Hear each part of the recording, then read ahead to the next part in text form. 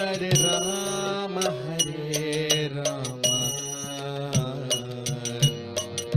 राम हरे हरे। हरे कृष्णा कृष्णा कृष्णा हरे हरे, हरे राम राम राम हरे हरे। जय राधा माधव जय कुंज बिहारी, जय गोपी जन वल्लभा, जय गिरिवरधारी। जय राधा माधवा जय कुंज विहारी, जय गोपी जन वल्लभा, गिरिवरधारी। जय राधा माधव जय कुंज बिहारी, जय गोपी जन वल्लभा, जय गिरिवरधारी। जय राधा माधवा जय कुंज विहारी, जय गोपी जन वल्लभा, जय गिरिवरधारी। हरे कृष्णा कृष्णा कृष्णा हरे हरे, हरे राम राम राम हरे हरे। हरे कृष्णा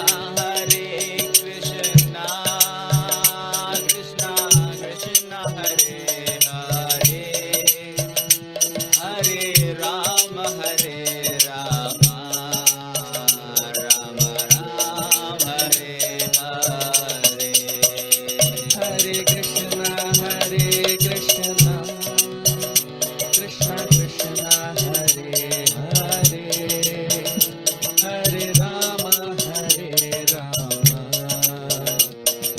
राम हरे हरे। हरे कृष्णा कृष्णा कृष्णा हरे हरे, हरे राम राम हरे हरे।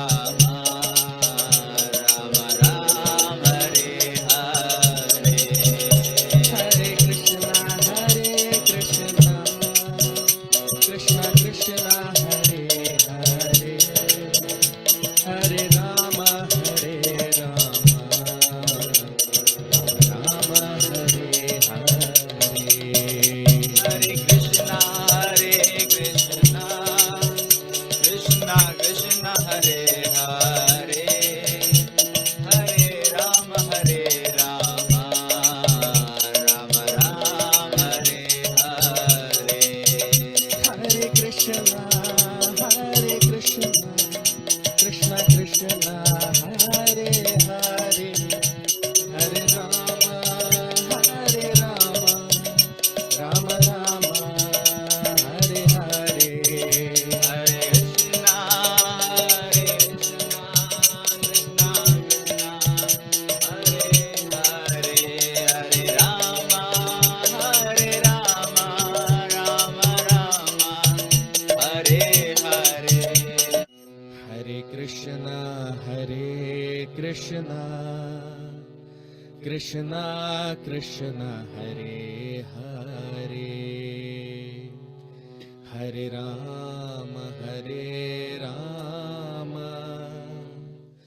राम राम हरे हरे। हरे Krishna Krishna Krishna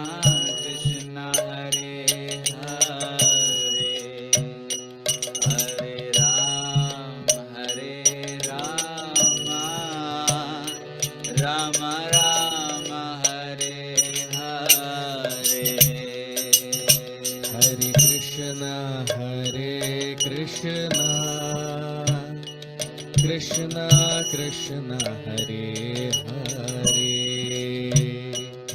Hare Rama Rama Rama Hare Hare Hare Krishna, Krishna Krishna, Hare Hare, Hare Rama, Rama Rama, Hare Hare. Hare Krishna Krishna Krishna Hare Hare Hare Rama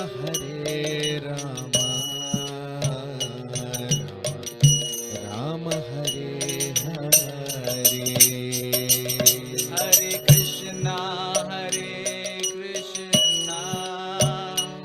Krishna Krishna, Hare Hare, Hare Rama,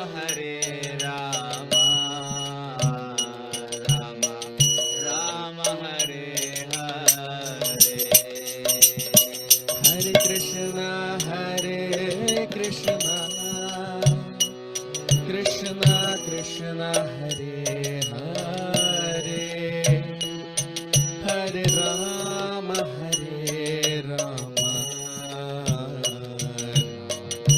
Rama Hare Hare Hare Krishna, Krishna Krishna, Hare Hare, Hare Rama, Rama Rama, Hare Hare. Jaya Radha Madhava Jaya Kunja Vihari Jaya Gopi Janvallabha Jaya Girivardhari Jai Radha Madhava, Jai Kunja Vihari, Jai Gopi Janvallabha, Girivardhari. Jaya Radha Madhava Jaya Kunja Vihari Jaya Gopi Janvallabha Girivardhari Jai Radha Madhava, Jai Kunja Vihari.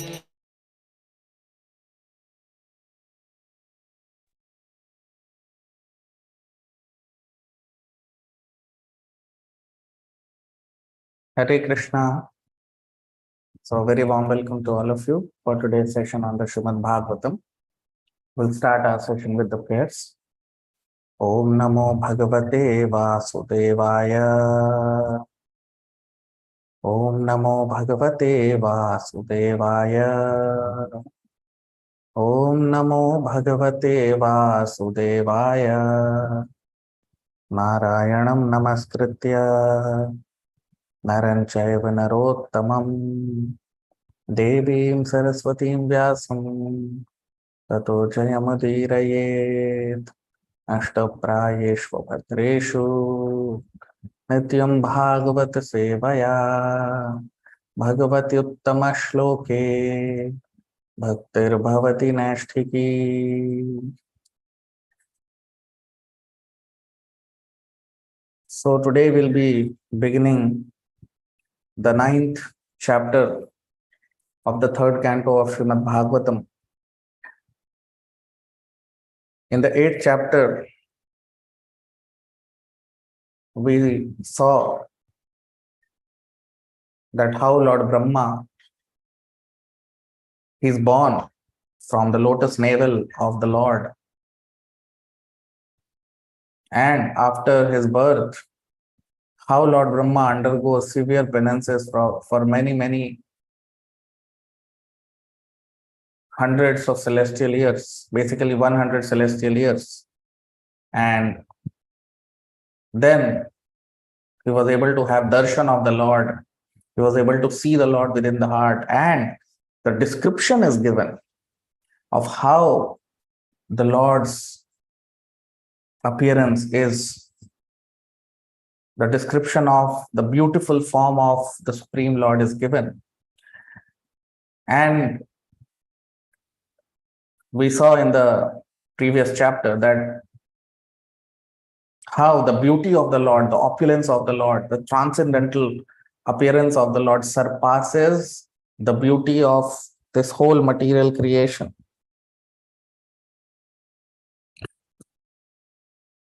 All material beauty is nothing as compared to the beauty of the Supreme Lord. So Lord Brahma had darshan of the Lord. And now today we'll start with the first shloka of the 9th chapter of the 3rd canto of Srimad Bhagavatam. Text 1, shloka number 1. Brahmovacha Gyatosi medya Shuchirananu deha bhajam Nagyayate bhagavato gatirityavattyam Nanyatvadasti bhagavannapi tanna shuddham Maya guna vyatikarad yadurura vibhasi Brahmovacha Gyatosi medya shuchirananu deha bhajam Nagyayate bhagavato gatirityavattyam Nanyatvadasti bhagavannapi tanna shuddham Maya guna vyatikarat yadurur vibhasi. Translation. Lord Brahma said, "O my Lord, today after many, many years of penance, I have come to know about you. Oh, how unfortunate the embodied living entities are that they are unable to know your personality. My Lord, you are the only knowable object because there is nothing supreme beyond yourself. If there is anything supposedly superior to you, it's not the absolute. You exist as the supreme by exhibiting the creative energy of matter." Now you see, Lord Brahma, what is he saying to the Lord? What are his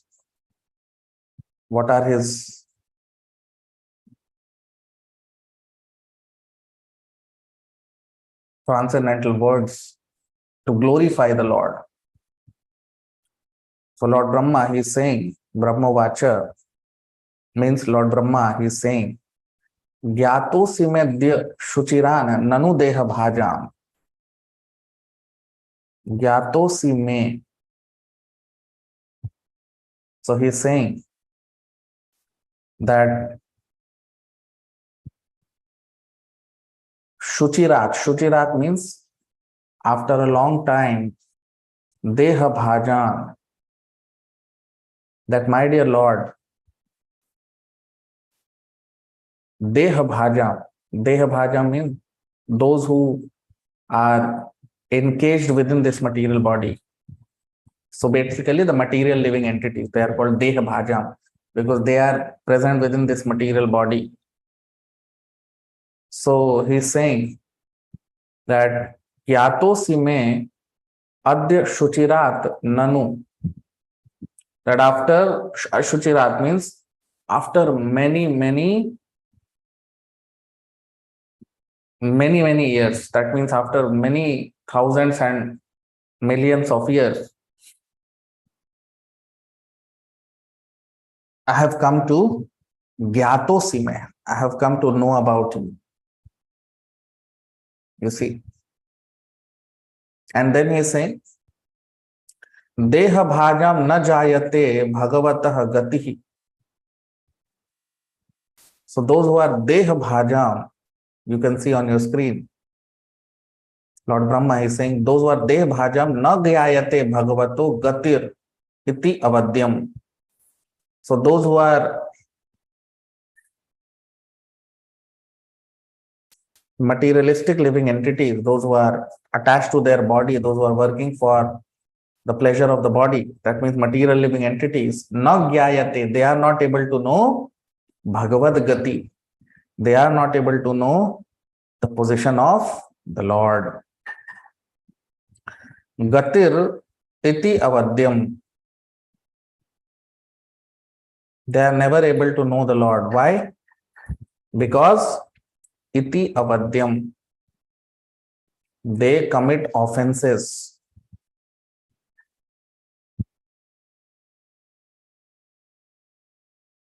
They commit offenses. That's why they are not able to know the Supreme Lord. Then what is he saying? Nanyatvadasti bhagavan napi tanna shuddham.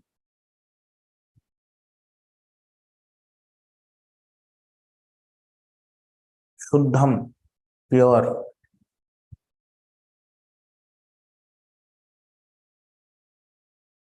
Shuddham means pure. So, na anyadtvad asti bhagavan api tat na shuddham. Nat shuddham. Those who are not pure, they cannot know you. Na shuddham. Those who are impure. Those who are within this material world, those who commit offenses unto you, and those who are impure, they are not able to know you.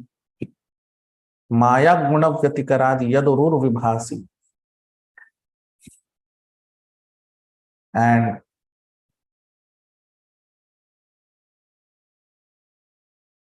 Maya guna vyatikarad. Vyatikarad means those one who has guna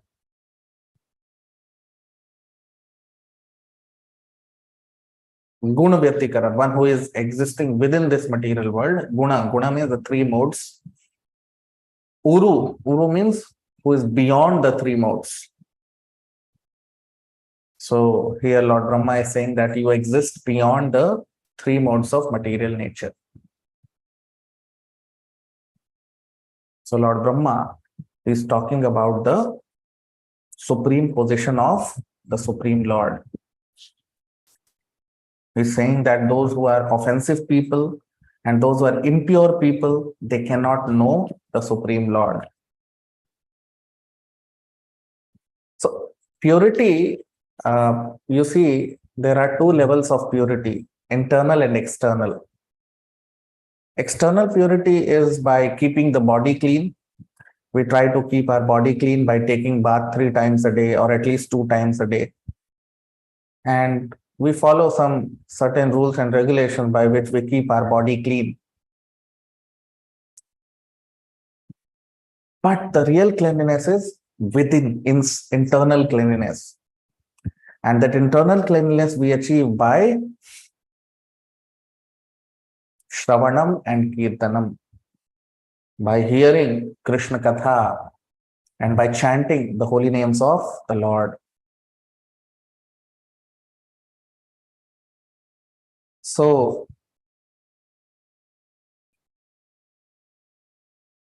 here Lord Brahma, he's talking about the supreme dominion of the Lord. He's glorifying the Lord.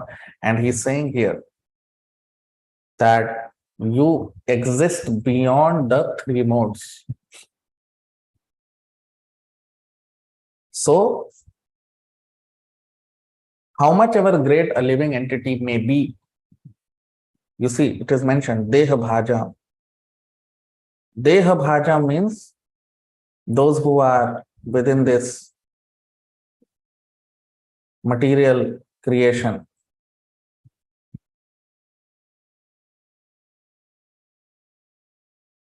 Those who are within this material creation, Deha Bhaja. those who have material deha. Deha means this material body. So how much ever great a living entity may be, if he is not pure, you see the word which is used here in this shloka, you can see on your screen.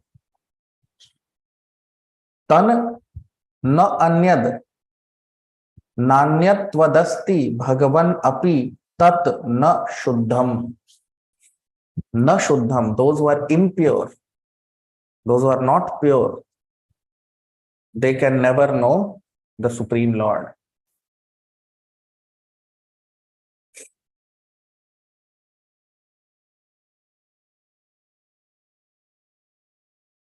The secret to know Krishna, the secret to know the Lord is what?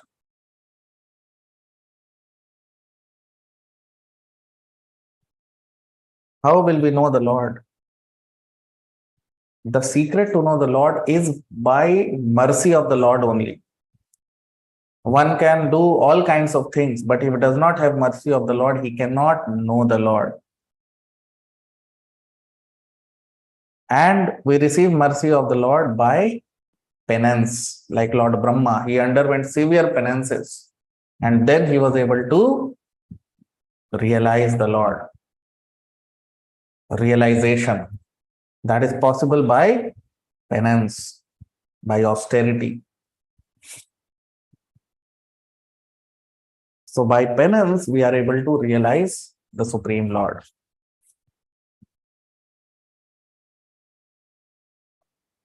But Lord Brahma here also talks about those who are not pure, those who do not perform penances, austerities, those who have no understanding of the Lord.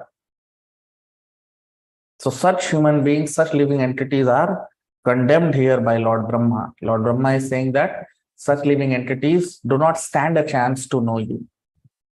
They'll never be able to know you because they are envious of you. So that is the difference between an ordinary living entity and a pure devotee of the Lord. An ordinary living entity, he is also a human being. There is, both are human beings. A pure devotee also and an ordinary living entity also. Both are human beings. But the difference is in their devotion. And generally, they don't mix with each other. They are completely different from each other, just like crows and swans. Birds of the same feather flock together. So those who are crows and swans never live at places where crows live. Right? Swans live at clean places, whereas crows live at dirty and garbage places. So those who are ordinary human beings, they just try to engage themselves in this material world, which is like garbage.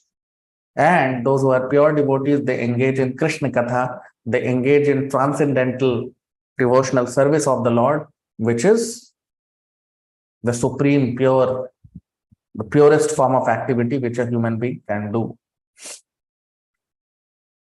So just like crows and swans both are birds, but they are not same. Similarly,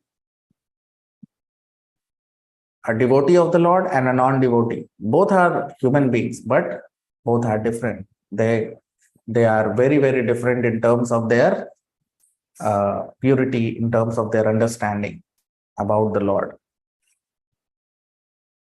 Now text 2, shloka number 2. Rupam yadetadavabodharasodayena shashvan nivrittatamasah sadanugrahaya adau grihitam avatara shataika bijam yannabhipadma bhavanad ahamavirasam.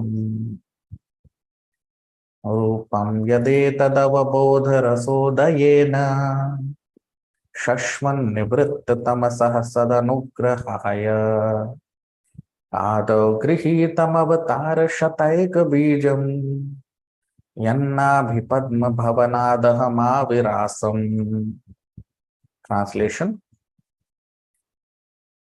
The form which I see is eternally freed from material contamination and has advented to show mercy to the devotees as a manifestation of internal potency.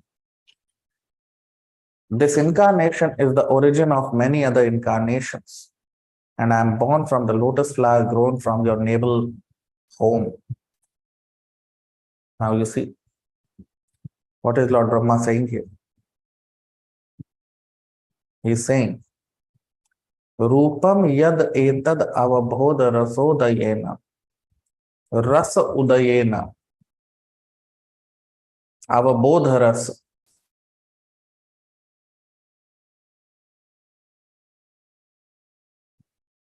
Udayena shashvat nivritta tamasaha sat anugrahaya.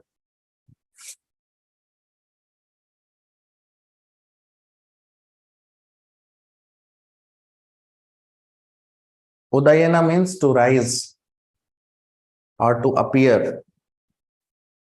So Lord Brahma is saying that Rupam yad etad avabodha rasodayena. This transcendental form which has advented in this material world, the form which Lord Brahma is seeing here, is saying Sad Anugrahaya. You can see on your screen. Sad Anugrahaya. This form of the Lord has appeared to Sat Anugrahaya. Sat means those who are pure devotees. So this beautiful form of the Lord, which Lord Brahma is seeing, Lord Brahma is saying that this beautiful form of the Lord has appeared to show mercy towards his pure devotees. Adav grihitam avatar shataika bijam. And shat ek bijam. Bijam means the seed. Adav grihitam avatar shataika bijam.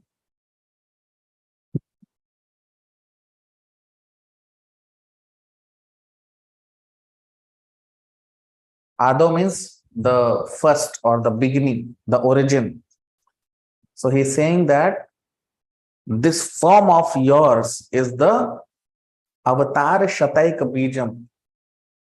This form of yours is the source of many shataik, many hundreds and thousands of avatars. Bijam. This form of yours is the seed of all the future incarnations which will appear in the universe. Yannabhi Padma Bhavanadaha Mavirasam. And from your lotus, Nabhi means, you see on your screen the last sentence. So Yannabhi Padma. Nabhi Padma. Padma means lotus. Nabhi means the lotus navel. Bhavanadaha Mavirasam. And I am generated, I am born from that same lotus navel of your body. So Lord Brahma, as we know, he is born from the lotus navel of Lord Vishnu. And which Vishnu? So Garbhodakshai Vishnu. We have discussed in our previous sessions, in the previous chapters. In the Brahma Samhita also we have discussed that the original Vishnu or the original Lord of this creation is Karanodakshai Vishnu, or he is also called as Mahavishnu.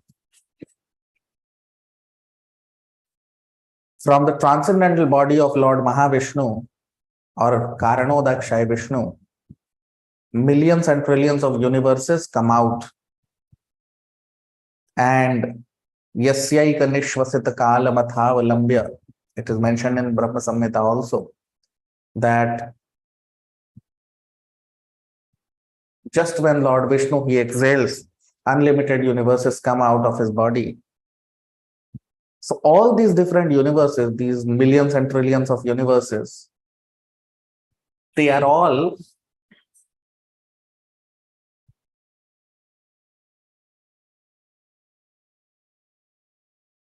moving or running. All these universes are in motion because Lord Mahavishnu or Karanodakshay Vishnu, he expands himself into all the universes as Garbhodakshay Vishnu. So all the universes, they are empty. And then after these universes emanate from the body of Lord Karanodakshay Vishnu or Mahavishnu, then Lord Mahavishnu expands himself into all these universes as Garbhodakshay Vishnu. So every universe, after being created, Lord Mahavishnu, he expands himself into every universe as Garbhodakshay Vishnu. And now this Garbhodakshay Vishnu is the source. He is the generating seed, or you can say from him, Lord Brahma, Lord Shiva, and Lord Vishnu, which is Kshirodakshay Vishnu. So the third Vishnu is Kshirodakshay Vishnu. So Lord Brahma, Lord Shiva, and Kshirodakshay Vishnu, they emanate from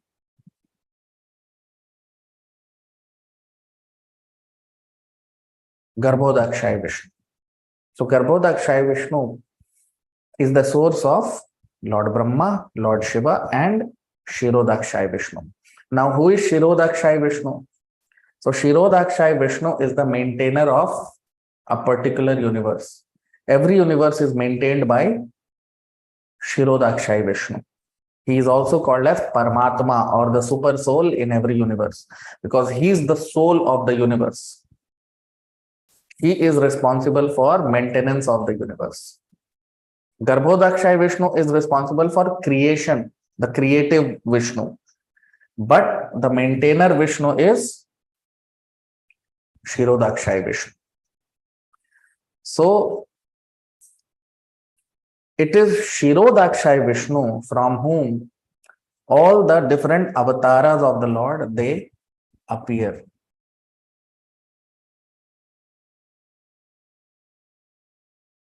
So different avatars or different incarnations of Lord Vishnu, they are generated from Kshirodakshay Vishnu at different times under different circumstances. But the purpose, you see in this shloka on your screen, the purpose of all these avatars is what? You see, Sad Anugrahaya, to bless his pure devotees. Whenever the Lord takes avatar or whenever he incarnates to bless his pure devotees, for pleasure of his pure devotees. And this the Lord says also in the Bhagavad Gita. Paritranaya sadhunam vinashaya cha dushkritam. So the first purpose of the Lord's appearance in this material world, his avatar, is to bless his pure devotees. Right? So that's why here it is mentioned Avabodha Rasa. Avabodha Rasa means the spiritual creation or the spiritual nature. So the Lord, he appears out of his own desire, out of his own free will, and he's never contaminated by this material nature. So that is why Avabodha Rasa word is used, where the Lord is never touched by material world. That means he is always spiritual in his nature, in his character. So that's what Lord Brahma is saying here. Now text 3, shloka number 3. Natah param paramayad bhavata swarupam ananda matram avikalpam aviddhavarchaha pashyami vishvasrijam ekam avishvamatman bhutendriyatmakamadasta upashritosmi. Natah param paramayad bhavata swarupam ananda matram avikalpam aviddhavarchaha. पश्यामि विश्वसृजमेकमविश्वमात्मन् भूतेन्द्रियात्मकमदस्त उपाश्रितोऽस्मि. Translation. O my Lord, I do not see a form superior to your present form of eternal bliss and knowledge. In your impersonal Brahman effulgence in the spiritual sky, there is no occasional change and no deterioration of internal potency. I surrender unto you because, whereas I am proud of my material body and senses, your Lordship is the cause of the cosmic manifestation, and yet you are untouched by matter. Now you see. What is Lord Brahma saying here? Natah param param yad bhavatah swarupam. Natah, na atah param. There is nothing superior to you. Lord Brahma is saying that, my dear Lord, yad bhavatah swarupam. There is nothing superior to this form of yours. There is nothing superior to the Supreme Lord. That is spoken here by Lord Brahma. You see, na atah param parama. There is nothing superior to the Lord. Yad bhavatah swarupa. And that is why there is nothing superior to your this form, swarupam. So those who think that Lord is formless, Lord Brahma is condemning them here. That philosophy of impersonal existence or impersonality or formlessness of the Lord is quashed here by Lord Brahma. He is completely rejecting that theory of formlessness of the Lord. So Lord has a swarupa, his own beautiful rupa. Rupa means form, beautiful form.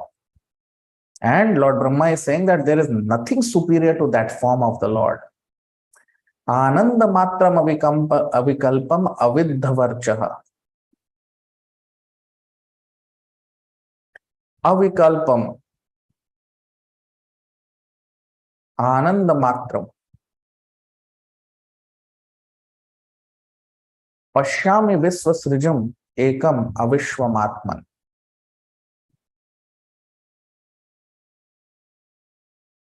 So he is saying that Ananda Matram, there is only bliss. There is only bliss.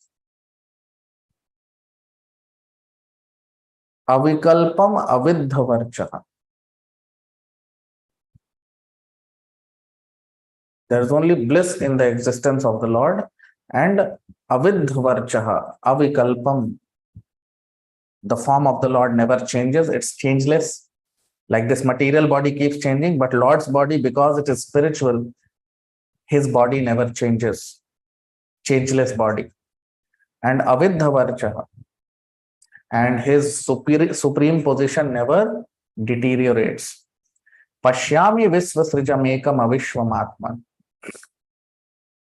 And Lord Brahma is saying that Pashyami, I am seeing this Vishvasrijam, because you are the creator of this whole creation, and Avishwamatman, and there is and you are beyond this material creation. Bhutendriyatmaka madasta upashratosmi.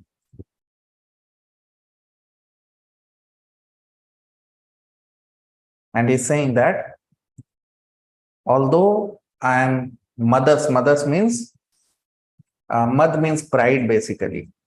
So I am very proud of my material body and senses. Bhut indriya. Bhut means body and indriya means the senses.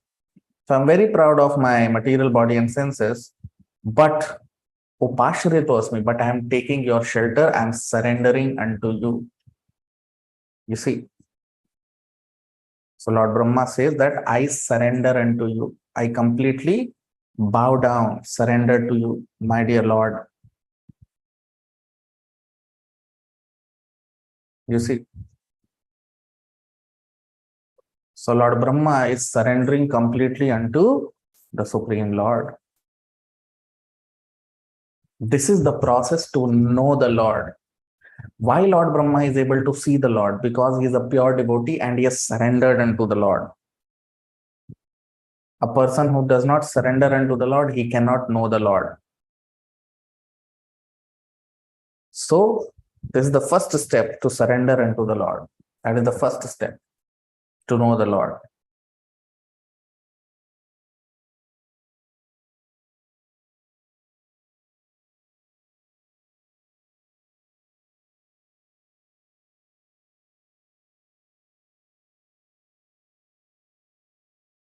So the Lord's position is described here, changeless, eternal, beyond the three modes of material nature.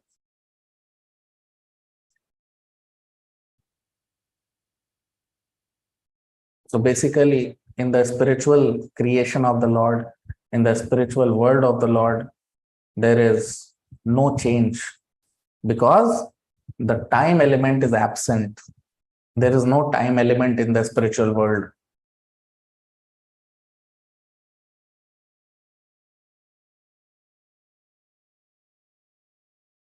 In this material world, everything is governed by time. Everything is controlled by time factor or time element. But in the spiritual world, in the spiritual creation, in the Lord's existence, there is no time factor. So all the living entities who are with the Lord in the spiritual world, they never experience the time factor. In this material world, time factor controls everything. It's because of the time factor that all the living entities, this whole material energy keeps changing. And here it is mentioned in the shloka, aviddha varchaha. But because in the Lord's existence, there is no time element, so there is no deterioration of the form and there is no change of the form of the Lord. And the living entities who live with the Lord, they also experience similar position.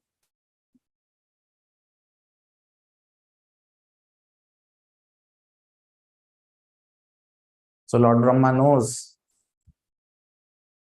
that he is the secondary creator and original creator is the Lord. And that is why he knows that whatever he is today, whoever he is today is because of the Supreme Lord.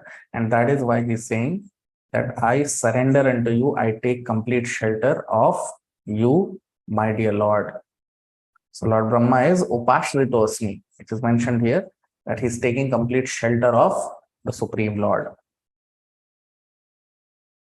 So that's what we see here. The Lord Brahma, although he has had darshan of the Lord with great difficulty, lot of penance he performed, he went into devotional service of the Lord, and then he pleased the Lord, and because of which the Lord bestowed his blessing upon Lord Brahma by giving him darshan. And after having darshan, whatever Lord Brahma is witnessing, he is speaking here in these shlokas.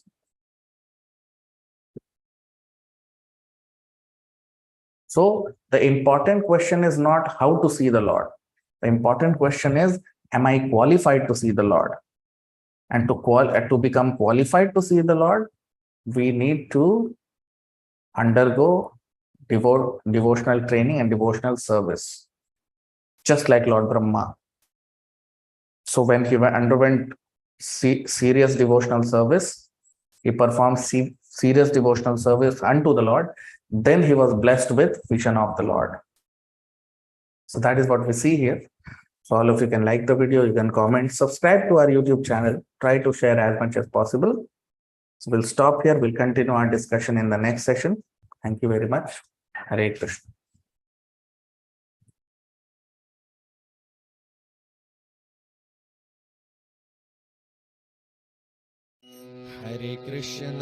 Hare Krishna, Krishna Krishna, Hare Hare, Hare Rama,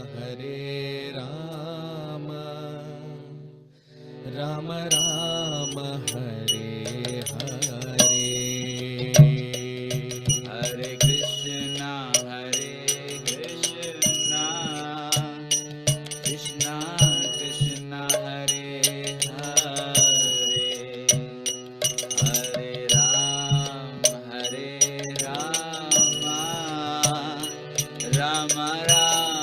Hare Hare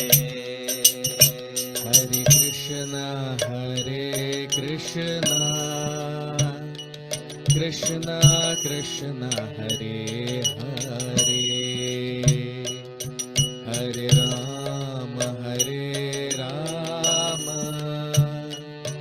Rama Rama, Hare Hare. Hare Krishna, Krishna Krishna, Hare Hare, Hare Rama, Rama Rama, Hare Hare. Hare Krishna,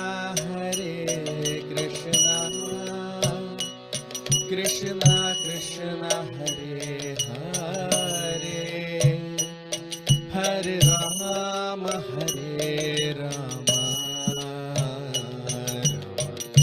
Rama Hare Hare.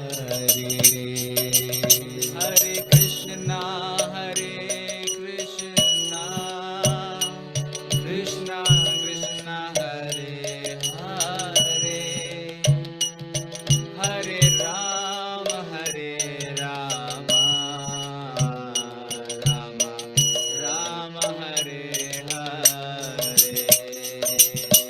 Hare Krishna, Krishna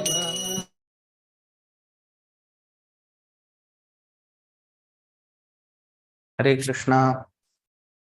आप सबका बहुत स्वागत आज के भागवत के सत्र में, और प्रार्थना के साथ अपने सत्र को प्रारंभ करेंगे। ओम नमो भगवते वासुदेवाय। ओम नमो भगवते वासुदेवाय। ओम नमो भगवते वासुदेवाय। नारायणं नमस्कृत्य नरं चैव नरोत्तमं देवीं सरस्वतीं व्यासं ततो जयमुदीरयेत्। नष्टप्रायेष्वपत्रेषु नित्यं भागवत सेवया भगवति उत्तमश्लोके भक्तिर्भवति नैष्ठिकी। तो आज हम एक नया अध्याय प्रारंभ करने जा रहे हैं। तीसरे अध्याय का, तीसरे भागवत के तीसरे स्कंद का जो 9वां अध्याय है, उसको प्रारंभ करने जा रहे हैं। इससे पहले वाले अध्याय में हमने देखा कि किस प्रकार ब्रह्मा जी का जो उद्गम हुआ, उनका जो जन्म हुआ, वो किस प्रकार भगवान की नाभि से पहले तो सृष्टि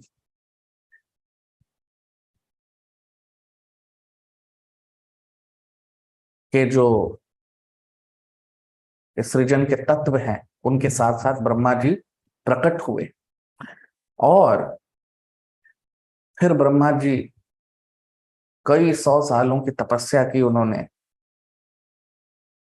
अपने लोक के हिसाब से, और तब जाके उनको 100 साल की तपस्या करने के बाद ब्रह्मा जी को भगवान के दर्शन हुए।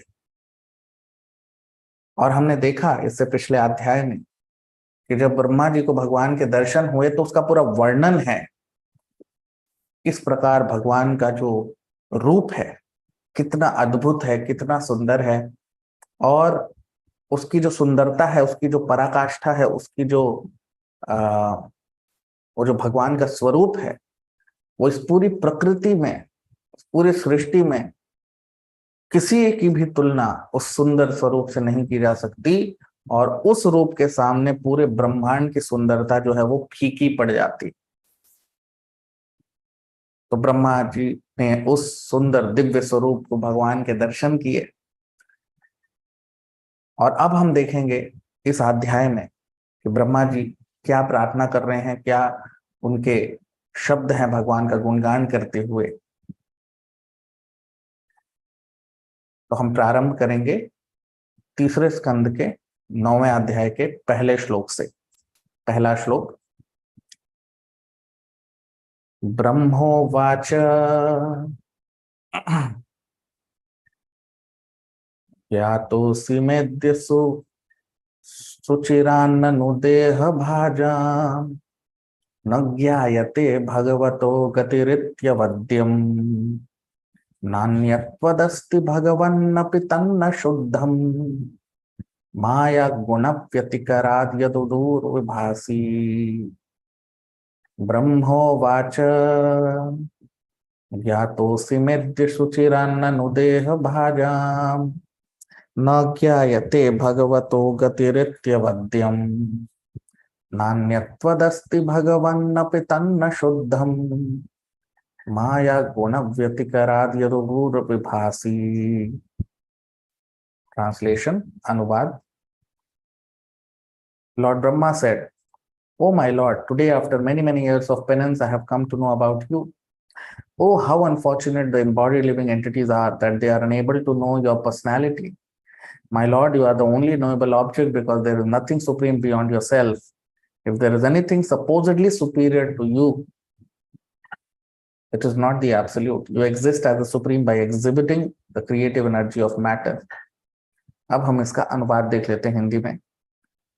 तो ब्रह्मा जी कह रहे हैं कि हे प्रभु, हे भगवान, कई सालों के बाद तपस्या करने के मैं आपके बारे में जान पाया हूं।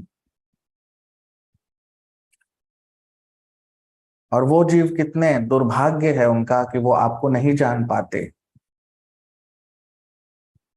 पूरे सृष्टि में जानने लायक वस्तु आप ही हैं और आपसे परम कुछ भी नहीं है इस सृष्टि में, और आप ही इस तीनों गुणों के परे आपका वास है। अब आप देखिए क्या कह रहे हैं ब्रह्मा जी। तो कह रहे हैं ज्ञातोऽसि में ब्रह्मोवाच। तो ब्रह्मा जी उवाच बोल रहे हैं कि ज्ञातोऽसि में अद्य शुचिरान ननु देह भाजाम। शुचिरान का मतलब होता है बहुत समय के पश्चात, या कह सकते हैं बहुत सालों के बाद। तो जैसा हम सब जानते हैं कि ब्रह्मा जी ने कई 100 साल की तपस्या की और उसके बाद उन्हें ज्ञातोऽसि में अद्य शुचिरान ननु देह भाजा। तो ज्ञातोऽसि में तो उन्हें भगवान का ज्ञान प्राप्त हुआ कई सालों की तपस्या, मतलब 100 सालों की तपस्या के बाद। ननु देह भाजम न ज्ञायते, लेकिन जो लोग देह भाजाम हैं, देह मतलब ये जो भौतिक शरीर है, जो इसमें है, जो इस भौतिक शरीर के अंदर उपस्थित जो जीव हैं, या जो इस भौतिक शरीर से स्वयं को ये भौतिक शरीर समझते हैं, न ज्ञायते, वो भगवान को नहीं जान पाते। अवद्यम, क्योंकि वो भगवान के प्रति अपराध करते हैं। नान्यत्वदस्ति भगवन नपि तन्न शुद्धम, क्योंकि तन न शुद्धम, क्योंकि भगवान को अशुद्ध व्यक्ति, न शुद्धम, जिसमें शुद्धता नहीं है, वो भगवान को नहीं जान सकता। ब्रह्मा जी कह रहे हैं यहां पर। और माया गुण व्यतिकराद उरुर यद उरुर विभासी। तो माया गुण व्यतिकराद,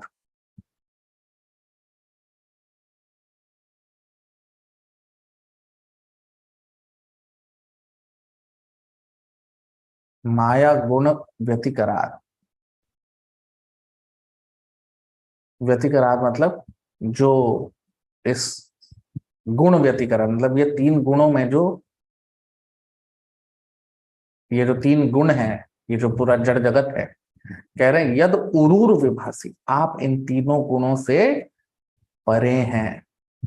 इन तीनों गुणों, ये 3 गुण आपके ही सृष्टि है, लेकिन आप इससे परे हैं। अब आप देखिए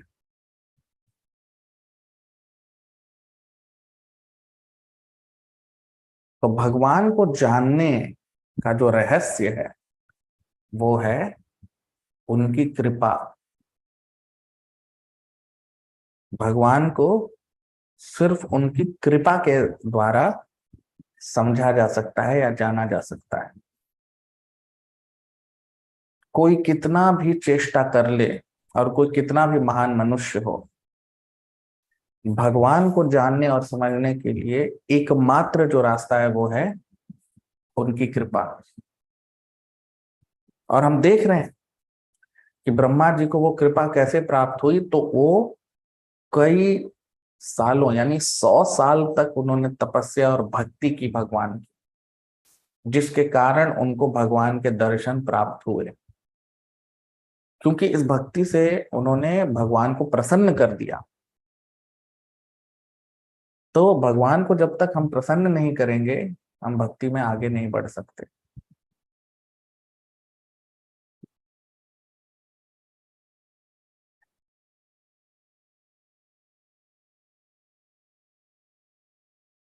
जब तक हम भक्ति नहीं करेंगे तब तक भगवान को समझना असंभव है। और ब्रह्मा जी यहाँ पर उसी के कारण भगवान को समझ पा रहे हैं। तन्न शुद्धम भगवतो गतिर। यहाँ पर इस श्लोक में देखिए जो दूसरी पंक्ति है उसमें कह रहे हैं न ज्ञायते भगवतो गतिर। तो ये जो जड़ जगत में जो मनुष्य हैं, देह भाजम उन्हें कह रहे हैं ब्रह्मा जी, कि जो इस भौतिक शरीर से आसक्त हैं, वो भगवत गति भगवान को प्राप्त नहीं कर सकते। क्यों? अवध्यम, भगवान को वो अपराध कर देते हैं भगवान के चरणों के प्रति, और वो शुद्ध नहीं, जो शुद्ध नहीं है वो भगवान को नहीं जान सकता।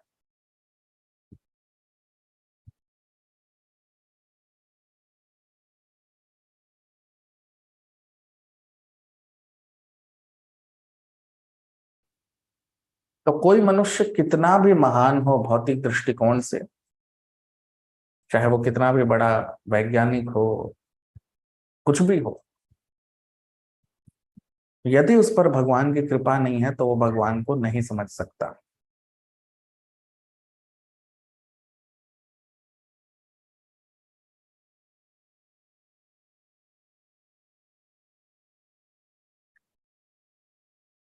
क्योंकि यहाँ पर ब्रह्मा जी बता रहे हैं कि भगवान तीनों गुणों से परे हैं, वो हम सब से बहुत ऊपर हैं। तो जो हमसे ऊपर है उसको हम कैसे समझ सकते हैं बिना उसकी कृपा के या बिना उसकी मदद के?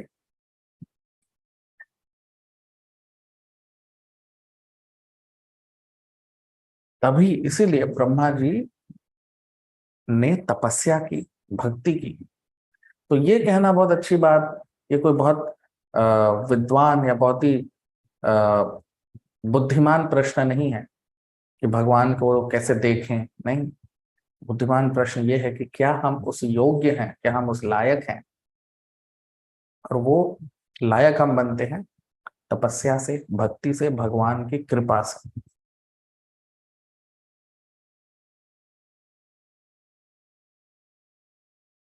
तो जो कौवे के तरह के, क्योंकि जो कौवे की तरह के मनुष्य होते हैं, और कौवे का जो उल्टा होता है पक्षी, वो होता है हंस। तो कौवे और हंस कभी एक साथ नहीं रहते। हंस सुंदर जगहों पे रहता है और कौवा हमेशा कचरे में रहता है। तो जो मनुष्य इस भौतिक जगत में, इस जड़ जगत में लगे हुए हैं, वो कचरे के समान, मतलब कौवे के समान उनकी तुलना की गई है कि वो कचरे में लगे हुए हैं। और जो शुद्ध भक्त होते हैं उन्हें हंस से तुलना की गई है, क्योंकि हंस कभी कौवे के साथ नहीं रहते। इसलिए शुद्ध भक्त और जो अभक्त हैं दोनों में अंतर है। वैसे दोनों ही पक्षी हैं, कौवा भी पक्षी है और हंस भी पक्षी है। उसी प्रकार दोनों ही मनुष्य हैं, चाहे वो भगवान के भक्त हो या भक्त नहीं हो, दोनों ही मनुष्य हैं। लेकिन दोनों में अंतर है। जिस प्रकार कौवा हो या हंस हो, दोनों पक्षी हैं, लेकिन तब भी दोनों में अंतर है। कौवा हमेशा कचरा ढूंढता है और हंस हमेशा अमृत ढूंढता है। उसी प्रकार जो अभक्त लोग हैं वो हमेशा कचरे में रहते हैं, और जो भक्त लोग हैं वो सदा भगवान के श्रवण और कीर्तन, हरि कथा, अमृत में रहते हैं। दूसरा श्लोक, रूपम यदेतदवबोधरसोदयेन शश्वन्निवृत्ततमसः सदनुग्रहाय आदौ गृहीतमवतारशतैकबीजम् यन्नाभिपद्मभवनादहमाविरासम्। रूपं यतेतदवबोधरसोदयेन शश्वन्निवृत्ततमसः सदनुग्रहाय आदौ गृहीतमवतारशतैकबीजम् यन्नाभिपद्मभवनादहमाविरासम्। Translation, अनुवाद। The form which I see is eternally freed from material contamination and has advented to show mercy to the devotees as a manifestation of internal potency. This incarnation is the origin of many other incarnations, and I am born from the lotus flower grown from your navel home. अब हम इसका अनुवाद देख लेते हैं हिंदी में। ब्रह्मा जी कह रहे हैं कि जो रूप मैं आपका दर्शन कर रहा हूं उसमें कोई जड़ अवस्था नहीं है, और ये रूप आपने अवतार लिया है अपने शुद्ध भक्तों पर कृपा करने के लिए। सारे जो अवतार हैं उसका स्रोत आपका ये स्वरूप है, और आपके कमल नाभि से ही मेरा सृजन भी हुआ है। अब आप देखिए, तो ब्रह्मा जी कह रहे हैं कि रूपम यते तद अवबोध रसोदयेन, कि ये जो आपका रूप है रसोदयेन, उदयेन,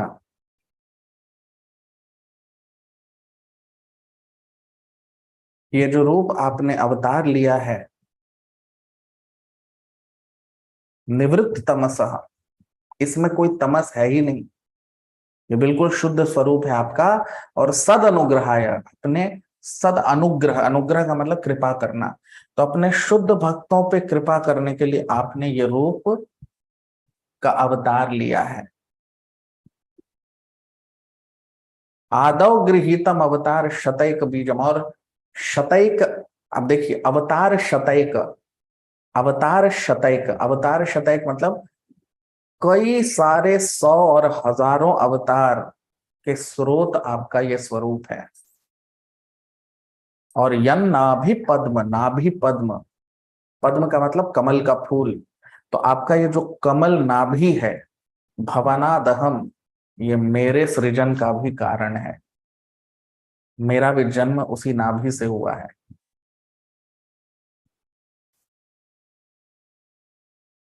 अब आप देखिए, तो जैसा हमने अपने पहले के अध्यायों में भी, अपने पहले के सत्रों में भी इसकी चर्चा की है कि ये जो पूरी सृष्टि है इसके जो कारण है वो है महाविष्णु, जिन्हें हम कारणोदक्षाई विष्णु भी कहते हैं।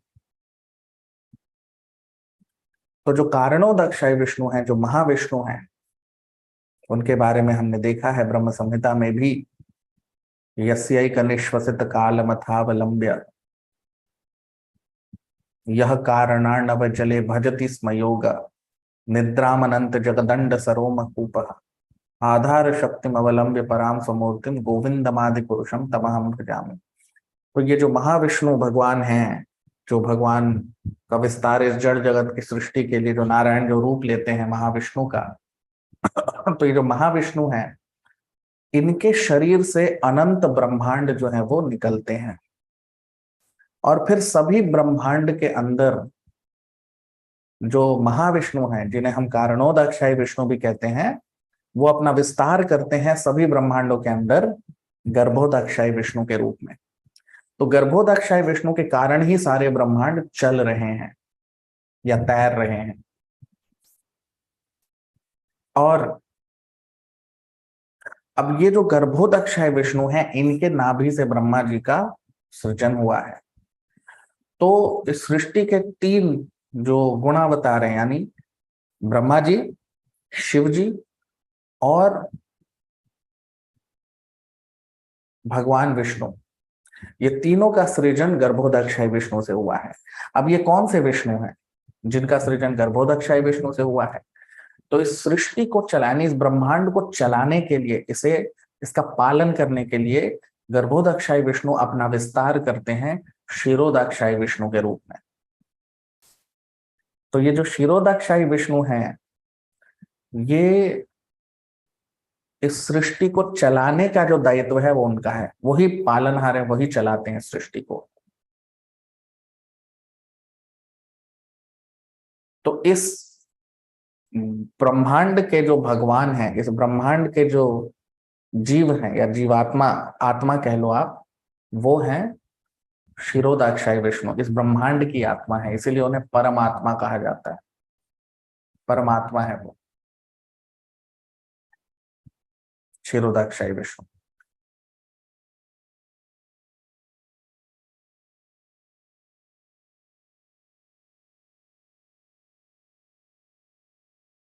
तो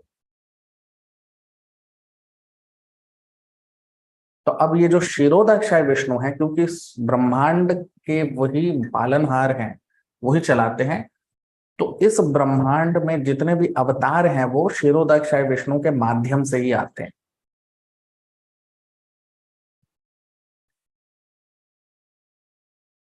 तो यहाँ कह रहे हैं कि कई हजारों अवतार भगवान क्षीरोदक्षाई विष्णु लेते रहते हैं, लेकिन इन सारे अवतारों का कारण क्या है? तो यहाँ पर कह रहे हैं ब्रह्मा जी कि इन सारे अवतारों का जो कारण है वो क्या है? सद अनुग्रहाय। तो दूसरी पंक्ति में कह रहे हैं कि अपने शुद्ध भक्तों पे कृपा करने के लिए भगवान ये सारे अवतार लेते हैं। अपने शुद्ध भक्तों के लिए, जो भगवान भगवत गीता में भी बताते हैं, परित्राणाय साधूनां विनाशाय च दुष्कृतां धर्म संस्थापनार्थाय संभवामि युगे युगे। परित्राणाय साधूनां, तो पहला जो लक्ष्य है भगवान के अवतार लेने का, वो है परित्राणाय साधूनां, अपने साधुओं पे उद्धार करना। तो भगवान अपनी, इसलिए यहाँ पर अवबोध रस का प्रयोग किया गया है। अवबोध रस मतलब भगवान की जो सृष्टि है, भगवान का जो स्वभाव है वो पूर्णतः आध्यात्मिक है, उसमें कोई जड़ वस्तु नहीं है। और अवबोध का मतलब जहाँ पे कोई जड़ वस्तु का वास नहीं है। तो भगवान अपनी स्वयं की प्रकृति से प्रकट होते हैं, और उनका प्रकट होने का कारण उनके शुद्ध भक्तों पे कृपा करने के लिए प्रकट होते हैं। तीसरा श्लोक, नातः परम परम यद् भवतः स्वरूपम् आनन्दमात्रमविकल्पमविद्धवर्चः पश्यामि विश्वसृजमेकमविश्वमात्मन् भूतेन्द्रियात्मकमदस्त उपाश्रितोऽस्मि। नातः परम परम यद् भवतः स्वरूपम् आनन्दमात्रमविकल्पमविद्धवर्चः पश्यामि विश्वसृजमेकमविश्वमात्मन् भूतेन्द्रियात्मकमदस्त उपाश्रितोऽस्मि। ट्रांसलेशन, अनुवाद। O my Lord, I do not see a form superior to your present form of eternal bliss and knowledge. In your impersonal Brahman effulgence in the spiritual sky, there is no occasional change and no deterioration of internal potency. I surrender unto you because, whereas I am proud of my material body and senses, Your lordship is the cause of the cosmic manifestation, and yet you are untouched by matter. अब हम इसका अनुवाद देख लेते हैं हिंदी में। ब्रह्मा जी कह रहे हैं कि हे भगवान, आपके सच्चिदानंद से स्वरूप से परम कोई स्वरूप नहीं है, और आपके स्वरूप में कोई परिवर्तन नहीं और कोई व्यय नहीं होता।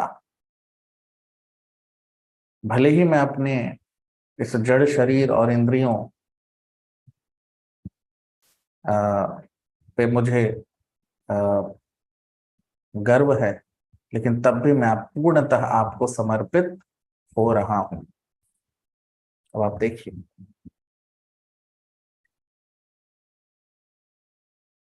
ब्रह्मा जी कह रहे हैं, नातः परम परम यद भवतः स्वरूपम, न अतः परम, न अतः परम।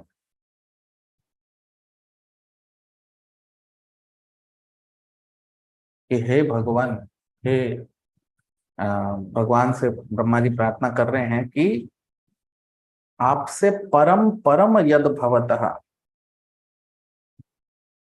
नातः परम परम यद भवतः स्वरूपम, आपसे परम कोई स्वरूप नहीं है। कोई तो स्वरूप, जो लोग सोचते हैं कि भगवान निराकार हैं, निर्विकार हैं, जो भी हैं, इस तरह का जो सोचते हैं, ब्रह्मा जी उनके लिए यहाँ पर कह रहे हैं, उन लोगों का जो ज्ञान है उसको नकार रहे हैं और कह रहे हैं स्वरूपम, उनका बहुत ही दिव्य स्वरूप है भगवान का। तो कह रहे हैं उस दिव्य स्वरूप से परम कुछ भी नहीं है, कुछ भी नहीं है। आनंद मात्रम, और वो जो भगवान का स्वरूप है वो सारे आनंद का स्रोत है, और अविकल्पम, और उसमें कोई भी परिवर्तन नहीं आता और उसमें कोई व्यय नहीं होता। पश्यामि विश्व सृजम एकम अविश्वमात्मम, और ब्रह्मा जी कह रहे हैं कि पश्यामि, मैं देख सकता हूं उस परम स्वरूप को जो इस सृष्टि का कारण है। विश्व सृजम, आप पूरी सृष्टि के कारण हैं, मैं आपके उस स्वरूप का दर्शन कर पा रहा हूं।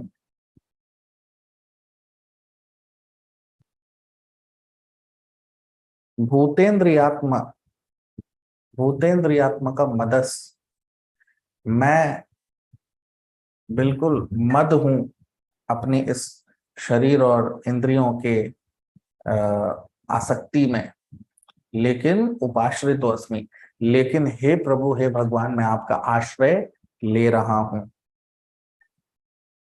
अब आप देखिए, तो ये योग्यता है भगवान के दर्शन प्राप्त करने की, भगवान को पाने का।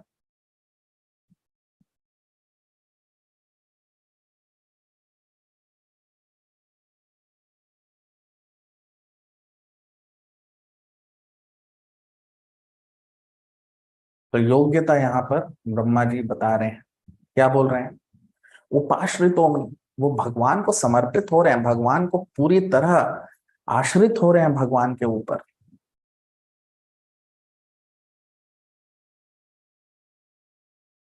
भले ही उन्हें पता है कि भगवान मैं भी कोई साधारण नहीं, भगवान की शक्ति प्राप्त है मुझे, लेकिन तब भी वो भगवान को समर्पित हो रहे हैं, पूर्णतः समर्पण, आश्रित हो रहे हैं भगवान के ऊपर। और यही गुण है जिससे एक भक्त भगवान को जान पाता है। जो पहले श्लोक में ब्रह्मा जी कह रहे हैं कि मैं आपको जान पाया, वो इस कारण, क्योंकि भगवान को जानने का एकमात्र जो लक्ष्य है, भगवान को पाने का एकमात्र जो उसकी योग्यता है, वो है भक्ति भाव और प्रेम पूर्वक भगवान की सेवा करना।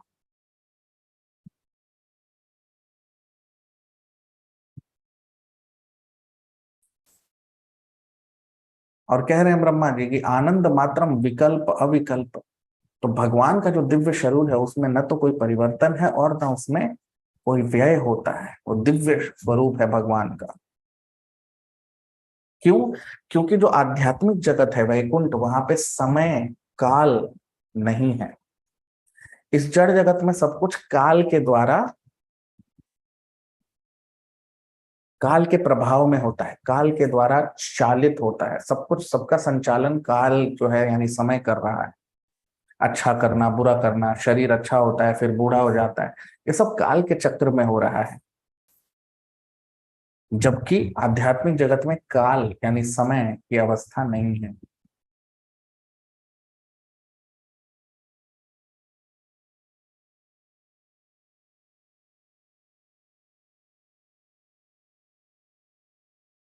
तो काल चक्र जो है वो इस जड़ जगत का भाग है, लेकिन आध्यात्मिक जगत में काल चक्र नहीं है, काल का कोई वास नहीं है।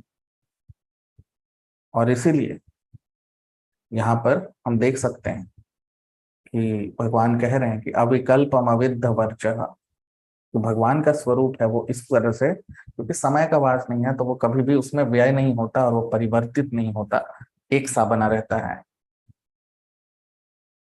तो ब्रह्मा जी ये कह रहे हैं और कह रहे हैं कि उपाश्रितों में, और इसलिए हे प्रभु हे भगवान मैं आपको समर्पित हो रहा हूं, क्योंकि ब्रह्मा जी को पता है कि भगवान तो वास्तविक सृष्टि का सृजन तो भगवान ही करते हैं। ब्रह्मा जी तो सिर्फ उसके बाद सृष्टि को चलाते हैं या उसका सृजन करते हैं। वास्तविक सृजन तो भगवान की ही चेष्टा से, वास्तविक सृजन तो भगवान से होता है। और जो भौतिक जगत का सृजन है वो उसके जो दूसरे रचयिता हैं वो ब्रह्मा जी हैं। भगवान के द्वारा शक्ति प्राप्त है इसीलिए वो कर पाते हैं उसको, उन्हें इस बात का पता है। इसीलिए ब्रह्मा जी में ये सारे गुण हैं जिसके कारण वो ब्रह्मा जी हैं और भगवान के शुद्ध भक्त हैं। और ये कारण है जिसके कारण उनको भगवान के दिव्य दर्शन प्राप्त हो रहे हैं। तो आप लोग वीडियो को लाइक कर लीजिए, कमेंट कर लीजिए। आज यहीं अपने सत्र को विराम देंगे। यूट्यूब चैनल को आप सब सब्सक्राइब कर लीजिए, जितना हो सके शेयर कीजिए। इस चर्चा को अगले सत्रों में आगे बढ़ाएंगे। बहुत बहुत धन्यवाद। हरे कृष्ण।